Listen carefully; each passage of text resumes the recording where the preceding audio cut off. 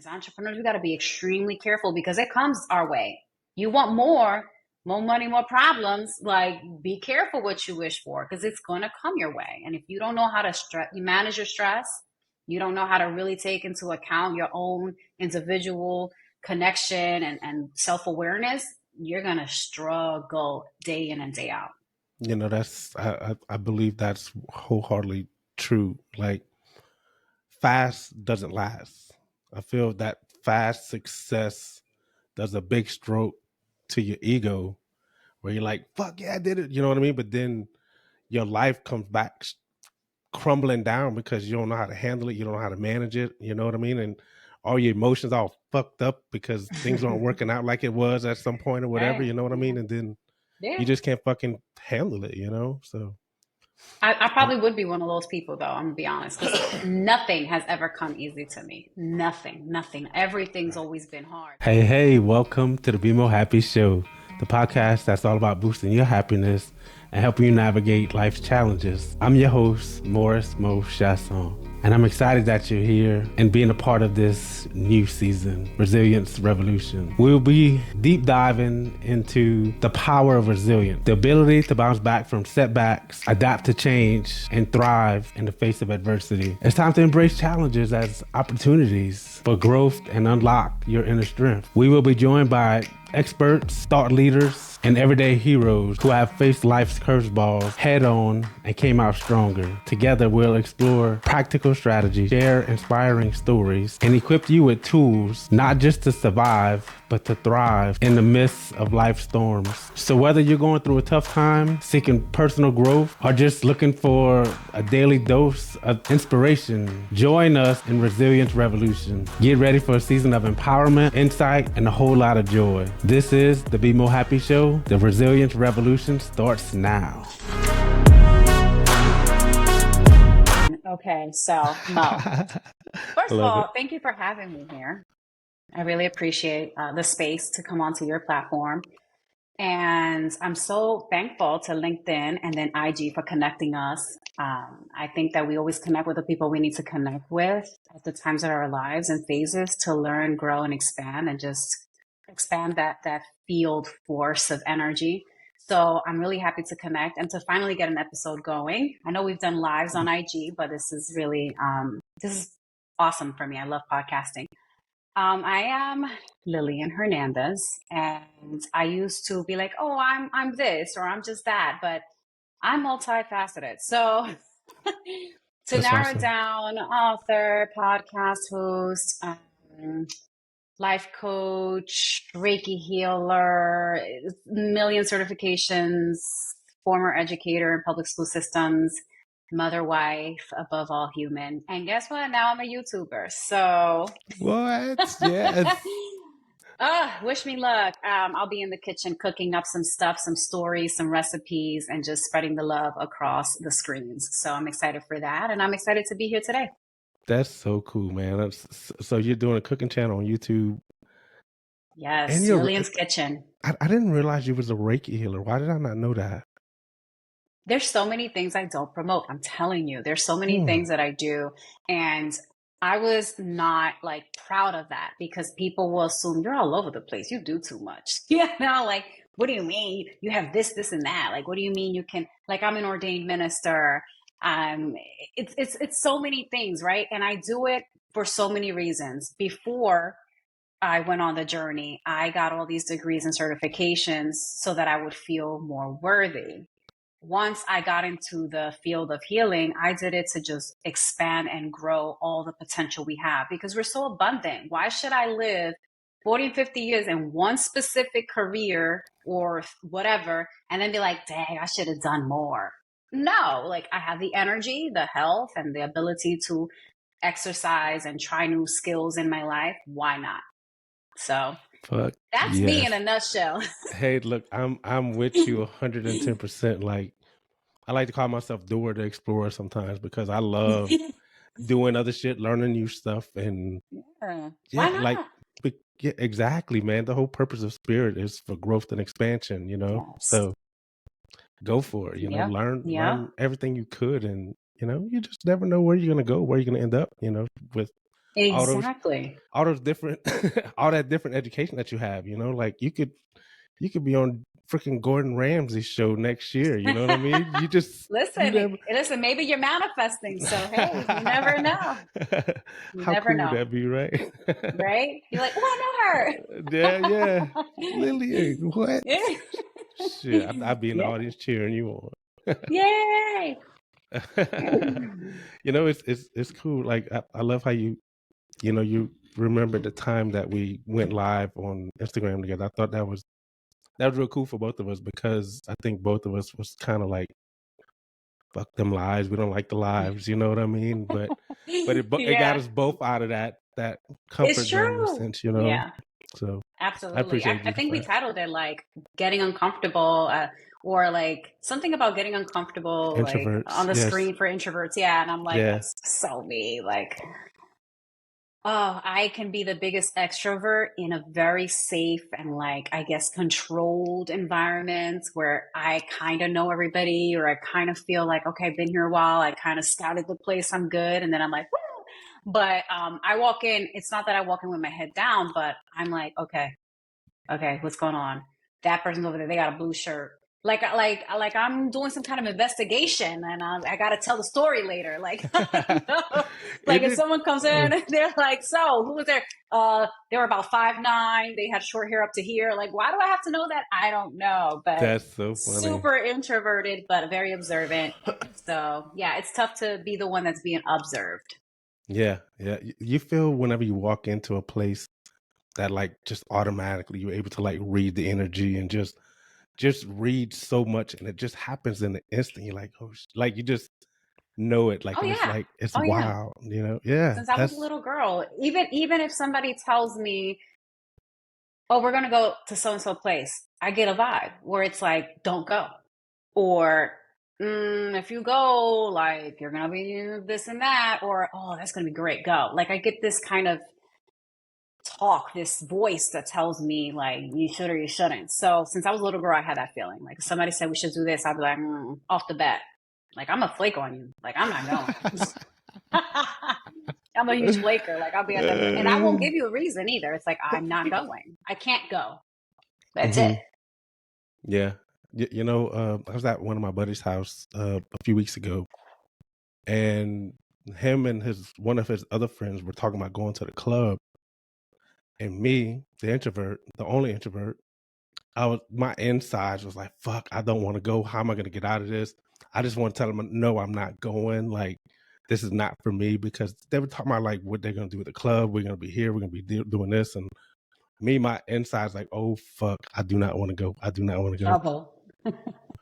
You know, we ended up going, and we ended up like having like backstage access. So it was completely different than Ah, being the people that was in the club. You know what I mean? It was like like we in were the back. crowd. Yeah, so Mm-hmm. we was able to talk to the people that were on stage, the DJs and all that good stuff. So Mm. it was a way better experience than what I was expecting, you know? So But that's awesome because it just was a nice, pleasant surprise. yeah, absolutely. Because being in the club thing, fuck that, man. That's not for me, you know? Mm-mm. Mm. Yeah, no. Mm-mm. I was married in my 20s, so there was no clubbing. But the times I did go clubbing with my husband, we just danced the whole night because we're big dancers. That's how we met. We met at a party, we danced, but don't enjoy the standing all night. People have to do the whole bottle service, getting tore up, and you're like, oh, here we go. I like the dancing part of the club, but everything else is not like my thing. So, Yeah, there but was a yeah, so I'm like you. I would be like, what? Is that a club? Oh my God. Tequila. tequila. What you call? I love how you do that. What you call me? That's hilarious. I got a question on resilience. How can Oh, how can entrepreneurs leverage resilience to navigate the ups and downs of building a business? well, resilience is toughness, right? And that doesn't come easy. That means we went through some hard shit to get to being resilient. So that's what entrepreneurship is. It's hard shit. It's very inconsistent. You might have really good seasons and years in entrepreneurship, and then you'll have moments of stillness and unpredicted and unprecedented times like COVID. There was, depending on what you did, if your job wasn't COVID proof, you were completely out in the limbo, not knowing what you were going to do, when you were going to go back to work, etc. And there's also a lot of entrepreneur roles that really were impacted by that. So that resilience just tells you to trust that things always will work out. Those who haven't been through a hard time have no idea how they're going to come out of it, because they've never really come out of hard stuff. Maybe someone else did it for them, and they're like, well, where are they now? How are they going to solve this problem? But I always say, where there's a problem, there's a solution. And if there's no solution, then there is no problem. There's nothing for you to do to solve. Like, relax. I love how you said that. I think I actually heard Alex Hormozy say something very similar to that, about this, like the solution. How'd you say that? Can you say it one more time? Because I love that shit. Where there's a problem, there's a solution. And if there's no solution, there is no problem. Oh, man, that's so good. I love that. I got that from math. I probably was like 10 when I got it. Was in math. And they're like, if there's no solution, then just put no problem. So I was like, okay. So whenever I saw there was no solution, I was like, it's not a problem. And I just applied that in my own real life. And if there's a problem that cannot be solved by me doing something in that moment, then I'm not going to stress it. I know it's on the to-do list, but I can't do anything about it. Like, if something has to wait till 8 a.m. in the morning, I'm going to sleep. And I'm going to snore and I'm going to be loud. And then I'll wake up and like, okay, now time to go do that, because why am I going to frustrate myself with something I have no control over? And I think as entrepreneurs, we probably think we have a total grasp on everything. And it's not, we're out just doing the best we can. And it's really not controlled by us. We can work to a certain degree, but it's trusting that things will work out. Yeah, I love that. That is so true. Like, that entrepreneur journey is so tough, and people don't really tell you how tough it is. You know what I'm saying? You gotta learn it on your own. And a lot of people break, in that journey. And the resilient motherfuckers keep going. You know what I mean? Because they know, like you just said, that shit's gonna work out. You know what I'm saying? It always does. It always does. Always. It has never not worked out. Like, what's meant for you is going to come out. And I always think, even back when I had really young babies and I was in college, and I'd be like, oh my gosh, I have no school tomorrow, but I do. Like, I have to show up. How's it going to work? And I used to stress, and I'm like, but wait, I can't do anything about that. And as soon as I would say that, it's kind of like I released myself from all this pressure. And I would just fall asleep and wake up and be like, oh, I know what's going to happen. I'm going to get them dressed. They're going to come with me. And if my professor don't want them in the class with me, then they're going to have to tell me to go. But whatever, I'm going to do what I can. And I think also, as an entrepreneur, we have to not compare ourselves to other people, to other businesses. We don't know their journey. We don't know how much they owe. We don't know how much they're resting, how healthy they are, etc. Like, don't compare what they're sharing with you as a result to your journey, because it's not the same. It's not your business. Literally, mind your business. Mind your business, okay? Because it ain't your business. You want to be there, then you're going to have to go through their journey. And you probably wish you weren't in their position. So as an entrepreneur, just, yes, keep that resilience going. Your resilience is meant for the journey you're embarking on, not the one of someone else that appears to be more successful. Because that's also a huge thing. With social media platforms, it's so easy to look rich. It's so easy to look like you have a very successful business. People are editing pictures. This is how much I made this month. Bullshit. You ain't make that this month. Okay. Right. You made that in a year, or maybe you made it in 3 months, but you're sugarcoating, you're editing, you're exaggerating these points to try to get, this feedback. And unfortunately, they get it. They get the people to believe it, but don't compare it. Don't compare your journey to theirs, because they probably have to go through way more than you to be that resilient as well. Because there's different levels of, toughness and, capabilities. And sometimes we're not prepared to get what we ask for. And as entrepreneurs, we got to be extremely careful, because it comes our way. You want more money, more problems. Like, be careful what you wish for, because it's going to come your way. And if you don't know how to manage your stress, you don't know how to really take into account your own individual connection and self-awareness, you're going to struggle day in and day out. You know, I believe that's wholeheartedly true. Like, fast doesn't last. I feel that fast success does a big stroke to your ego where you're like, fuck yeah, I did it. You know what I mean? But then your life comes back crumbling down because you don't know how to handle it. You don't know how to manage it. You know what I mean? And all your emotions all fucked up because things aren't working out like it was at some point or whatever. You know what I mean? And then you just can't fucking handle it, you know? So I probably would be one of those people, though. I'm gonna be honest. Nothing has ever come easy to me. Nothing. Everything's always been hard. So if I were to win the lottery, I'm blowing that money away. Like, they said, like, I'll never tell nobody, but there'll be signs. I am out. Bye. Like, like, Lily has not posted in a week. She's alive.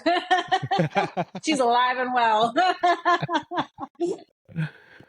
That's so funny.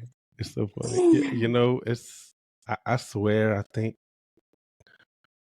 if I won the lottery, I don't know what I would do.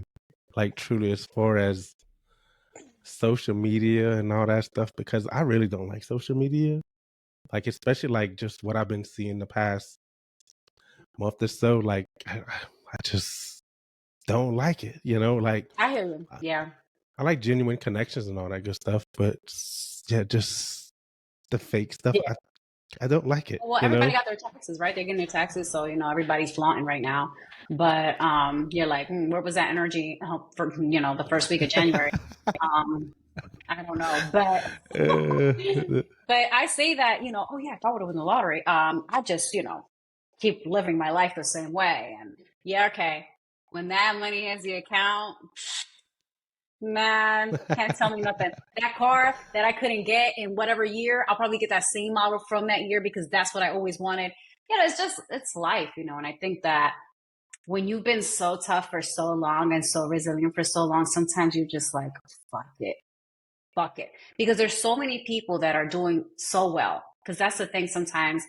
People are doing so good in life. They work hard. They follow the fucking rules. They don't break any fucking laws aside from maybe speeding. And then, they get sick. They pass away or they lose a family member. They fall into some kind of other illness and, the rest of their lives is like tainted. And you're like, huh? They did everything right. And then you have people who fucked up for so long and they're still living like comfortably well, and you're like, how, Sway? How? And we think about like, how is that fair? It's not. So when your time comes to enjoy the fruits of your labor, to just be present, stop holding yourself back from being present. Like, be there, feel it. Don't do anything to escape the feeling, because that's another thing. Why, if we're having a good time, do I need to have another shot? I'm good. I'm here. I'm present. I'm enjoying this. That other shot is going to put you to a point where you're not even probably going to remember the night. So why put yourself into more? That's a big thing that entrepreneurs really struggle with. Once they see a certain number, they're like, oh, but if I do a little bit more, I'll make a lot more and a lot more. Truth is, yes, you can, because, the world is abundant. It could be completely limitless, but at what cost? What is your real goal? What was your goal coming in? So now it's changed. So if your goal changes, the alignment is going to change. It's not going to be more. It's going to be different. So how willing are you to get uncomfortable for this different thing that's coming your way? It's so crucial. Like, we got to be careful, how much more we ask for, and if it's more that we want, or if it's different that we want. It's tricky. It's a tricky game. Different or more, huh?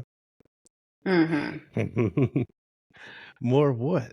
Different. Yeah, life is right. Life is incredible, Yeah, it is. And it's funny because I was reading this book, and I actually mentioned it in my own podcast the other day on financial freedom. And there was this anecdote in the book. It's like a marketing book. And it talked about how this financial guy went to some country, let's call it Italy.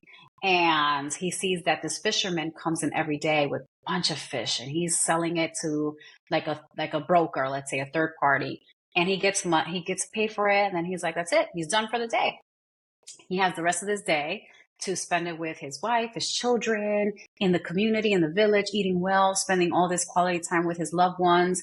And he worked. He got up early, went fish, and did his thing. And this investor, asks him like, hey, like, have you ever thought about getting more boats? Getting more people, training them. You're such a good fisherman that you could sell this directly to the restaurants and make like 3 times more. And the guy's like, really? And he's like, yeah. And then the investor asks the fisherman, like, what would you do with more? Like, and he was like, I don't know, like, what I would do with more. He's like, well, what would you do on a perfect day? And he was like, I would get up, fish, sell some fish, keep some to feed my family, and then go home and spend time with my wife, my children, and the people in the village. He's like, I already do that. So I don't need more. So the investor was like, shoot. All right. Well, I guess he tries. He comes back home. Let's call it USA. And the boss goes, hey, how was your trip? Did you get to convince the fishermen to for us to invest and start a corporation? He was like, no, I didn't. He says he's happy doing what he's doing. And, on that note, I quit. Oh, shit. So it was a whole questioning about purpose, right? Like, as an entrepreneur, as a human, whatever role that, you play, if you are, a hairstylist, you're a chef, you're just, you're an entrepreneur, you're a teacher, whatever role you play, if you are fulfilled doing what you're doing, it's okay. It is so okay, because more doesn't always mean more. It could be a lot less time for you to rest, less time with your loved ones, less everything. More doesn't always mean quality. So I thought it was a really interesting anecdote, and it's something that everybody should hear at some point. I know I got a lot of the details wrong, but that was the gist of it, the summary that I could really bring forward, because we need to ask ourselves, what is the purpose? Why do you want more? And why ask for more sometimes when you can't handle what you have, right? You have people that struggle right now with paying the rent, paying the car note, getting, food, because food is expensive, and getting things done, and then saying, I wish I had a house. I wish I had a mortgage. Baby, you got money for lawn care and the roof and, the boiler breaking on you and appliances if you got to go ahead and get those. Like, so we have to be very careful and just be grateful for the moment we live now and for what we have. That to me is expansion, because you're opening up to the world rather forcing things, Mm-hmm. Yeah, that's that being grateful is hard sometimes, even like whenever you're at the bottom, you know what I mean? Or even at the top, because I think, like you said, whenever you are at the top, you want more, right? Whenever you're at the bottom, you're struggling to see light, you know what I'm saying? So like, it's tough to be grateful, but it's something like I fully believe that you should practice every day, because there's always something to be grateful for. Always. You know what I mean? Absolutely. So I think that if we can complain about something, it means you're comfortable. You're comfortable if you're complaining. Mm-hmm. One, because you know the difference between that and more. So it's like the fact that you've been exposed to that says a lot. I mean, if we're complaining, we're not working.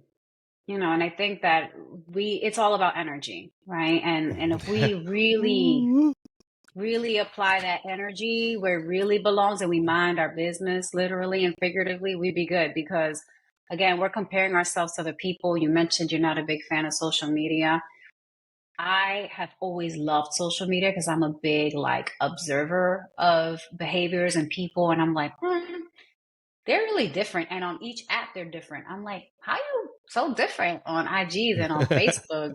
Like, that's weird. Like, this is really weird. Like, you didn't post that on Facebook. Oh, you got family there. Oh, okay. But it's an interesting thing. Is just be here, be where you are. There's a reason for it. And I think coming back to resilience, that toughness, we have to be thankful for that as well. Mm-hmm. Especially nowadays. Like, what are we raising, right? Like, our youth, that generation that's coming, they don't have much of it. And it's because we went through so much, we didn't want them to go through the same burdens. But then this resilience, this built up courage and ability and toughness is what allowed us to get what we have today. So we wonder, how will they get whatever it is that they want to get and achieve? Like, how is that going to happen without some sort of toughness? Yeah, I think that is something that's big because, like you just said, like we don't want our kids to like struggle, have that hard time, really. You know what I mean? But it's the hard times that makes you better. It's the hard times that makes you stronger, and you just learn so much through adversity. You know what I mean? No matter what it is, Yeah. it's learn and fucking keep going forward. You know what I mean? Yeah. Yeah. So I wonder, and a lot of times we think we hit rock bottom and then something else happens. We're like, oh, this is rock bottom. That wasn't rock bottom right then. Like this is it right Yeah, now. Oh, okay, yeah. okay. And sometimes rock bottom doesn't have to be necessarily financially or physically. It could be mentally or emotionally where you feel at a loss, And that's why it's important to have a village, and no matter how tough you are, to learn to be vulnerable with the right people, right? And on the right platforms, because we all need villages. It doesn't matter how old we get. We need that structure. We need that support system, and it's important. And I'm glad that we have platforms such as these free podcasts. Like you literally can put on your phone and just be like, let me look up whatever, and just feel like seen and heard because other people have experienced what you're experiencing. That sometimes is comforting. Unfortunate, you're like, dang, you too. but somehow it's comforting. Like, all right, so if they have been able to succeed and move forward, then so can I. There's something in us that wakens, and it's like, all right, we could do it too. Yeah, it's so true, man. I have a friend of mine. She reached out to me the other day. She was like, "Mo, I need some encouragement." She said, "Like I've been down in the dumps for the past 2 weeks or whatever." And this is a person I talked to probably 10, 20 times where I try to help her, but she was, she just, it seems like she wants to stay stuck where she's at in that negativity. You know what I mean? So I honestly didn't know what to tell her, because I offered her to come in a group with me and some other people, but she hadn't showed up. Like we had two meetings already, but she hadn't showed up to one. So like I said, you know what? Like I just pretty much straightforward. I was like, what are you doing right now to change your situation? What are you doing? What are your actions for changing the outcome of what you want, And she didn't respond to me. So I was like, dang, okay. I guess I struck a nerve, but I hope she's thinking now. And you know what? Like maybe I got to get myself out of here. Like, you know what I mean? Right. It's easy to say you want something, but what are you doing about it? Because when you're working, you're not talking about it. Like, oh, when I do this, or you know how when we were kids, it was like, when I get big, I'm gonna do this. We're not talking about when we get big anymore because we're here, we're in it, right? Right, yeah. It's more like, happy birthday, how old are you? As old as I am now, right? Like, okay, we ain't talking about that. But it's that constant, and a lot of people do say they want different, but they are not ready to make the changes, the necessary changes to build that thick skin or to get uncomfortable again, right? Like as I mentioned earlier, before the healing journey, I was like, no, like uncomfortable all the time because I was on survival mode. I was used to it. So once I started healing and really being aware of the healing process and just getting better with certain things and learning these tools and resources to better deal with anxiety and depression and everything, I was like, oh, all right. So I was in survival mode, which is why I was on autopilot and whatever. So I was like, okay, let me come out of it. And then I'm like, oh, I'm safe now. I'm good. And then it's hard again to get uncomfortable because it's going to trigger like certain feelings and thoughts and emotions that you had prior because you were uncomfortable. But it's like, no, you're taking ownership. No one's making you do anything. You're doing this because you know you have this goal or this purpose that you want to achieve. Yeah. I truly believe that self-image is so important, as far as how you see yourself, right? Because if you see yourself in a negative, worthless, type of way, like that's where you're gonna be and that's what you're gonna do. But if you Yeah. see yourself in a bright, like just, you know, like a ray of sunshine, motherfucker, you know, like that's what you're gonna be, you know. So just you Yeah. are what you think you are, you know.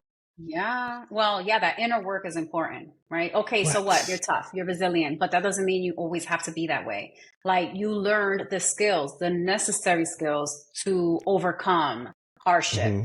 but you're not in that state of mind right now. So there's no need to be tough. There's no need to have the resting bitch face. Like you can smile, nobody's gonna hurt you, you know, like Yeah, yeah, I yeah. used to walk in the gym Hmm. all like me mugging, like, you know. I used to be all like, and now I'm like, good morning. And then I'm like, oh, that was a little too, you know, but like, oh, okay, that sounds pretty weird. It's so But funny. it's, you know, Yeah. I don't have to have a tough look. I don't, at the end of the day, it's the energy that's going to speak for you. And that does come with age, you know, the maturity and the wisdom and True. experiences. It teaches you how to kind of turn it on and off, right? Like, Hmm. I grew up in really rough places. Like now it's like, I know that I can't just do certain things. So if I were to show up, I know how to walk. I know how to talk. I know how to meet look. I know how to put my purse in a way where it's like, it's not doing this for me. It's going to be hard for you to take this from me. No, you can't see what brand this is. Okay, it's Target. Leave me alone. But That's but I funny. think that, you know, we need to, and that's just, you know, growth and just knowing when to turn it on or off. And as an entrepreneur, we also need to learn when to turn that on or off. When you're in business mode, go ahead and direct your people, delegate, do what you got to do. But when you're not in the business and you're with your family, with your friends, you, right? Like you're just Mo. I'm just Lillian. Like chill. You're Yeah. not an entrepreneur here. Nobody knows you, babe. Like we're friends. Like order what you're gonna order. Like don't make it a thing. Like you don't have to coach everything, you know, teach people. Like just be. So Hmm. knowing how to switch that switch is so important, but that comes with practice and time, you know, and dropping the ego because the ego is necessary to have to run a business, but it's not needed for you to be a human on a daily experience. Like it's not needed. So it's really Right. important to like drop that resting bitch face and just be. Like just be in the moment. It's okay. Yeah. You know, I think sometimes, especially for women, but I think it's good for women to have that resting bitch face sometimes because you tell them motherfuckers don't fuck with me. Like just let me do my thing, you know, because you know a lot of times it's, I'm terrible for it. Like sometimes I go to the gym and just fucking talk. Like I'll run to like I'll walk from talking to somebody and then somebody else walks up and I'm talking and then I'm walking away from them and somebody else is coming. Like it just some days it just be like And that. just You know what I talk. mean? It's just like, oh, okay. But I'm I more gotta go. what? Yes. And I'm like, man, I didn't even get a pump yet. Like, yeah, yes. But you know, like some days I want to just get in and do that workout, but some days I just need that talk with those people, and I feel like those people need that talk with me. So